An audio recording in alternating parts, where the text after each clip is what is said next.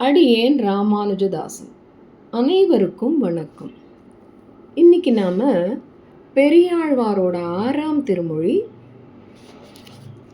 பிள்ளை தமிழில் சப்பானி பருவம். இந்த குழந்தைகளெல்லாம் கைவீசம்மா கைவீசு, கைத்தட்டு கைத்தட்டு அப்படிலாம் சொல்லுவோம் இல்லையா?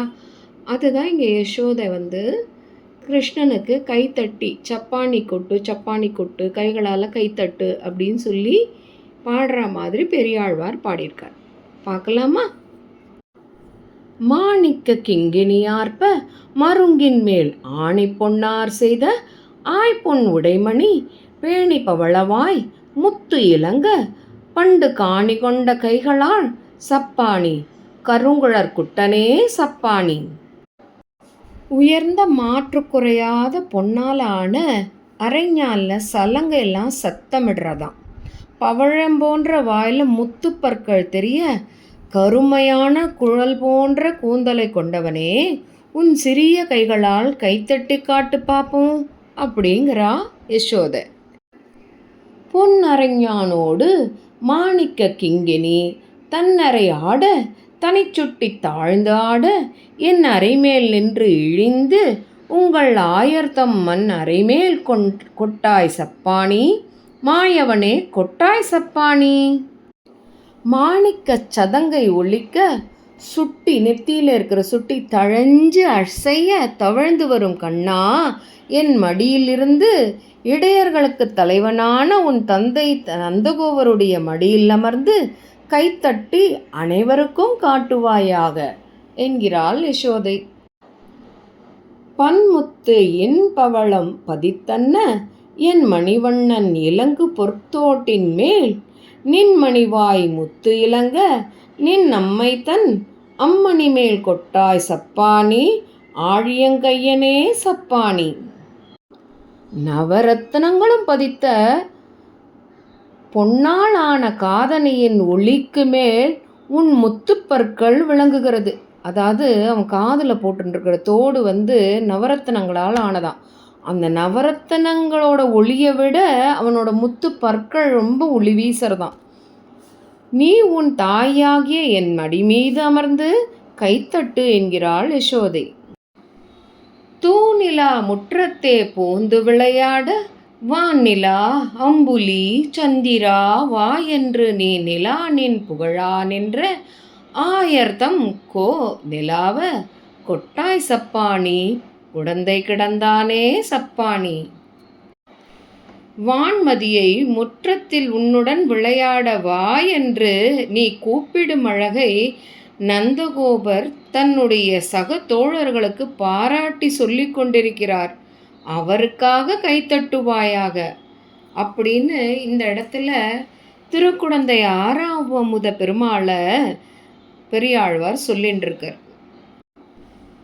பொட்டியர் சேரும் புழுதியும் கொண்டு வந்து அட்டி அமுக்கி அகம்புக்கு அறியாமே சட்டி தயிரும் தடாவினில் வெண்ணையும் உன் பட்டிக்கன்றே கொட்டாய் சப்பானி பர்பநாபா கொட்டாய் சப்பானி.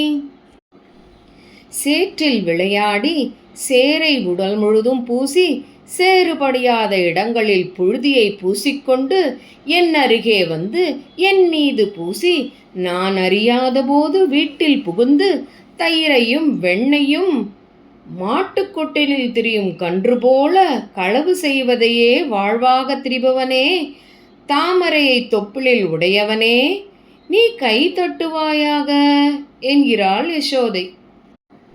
தாரித்து நூற்றுவர் தந்தை சொற்கொள்ளாது போர் உய்த்து புகுந்தவர் மண்ணாள பாரித்த மன்னர்பட பாஞ்சவர்க்கு அன்று தேர் உய்த கைகளால் சப்பானி தேவகி சிங்கமே சப்பானி.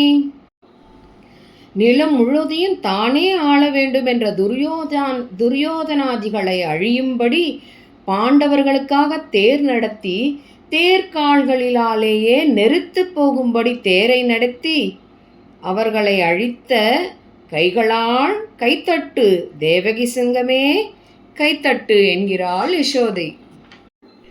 பறந்திட்டு நின்ற படுகடல் தன்னை இறந்திட்ட கைமேல் எரிதிரை மோத கரந்திட்டு நின்ற கடலை கலங்க சரந்தொட்ட கைகளால் சப்பானி சார்ங்கவிற்கையனே சப்பாணி.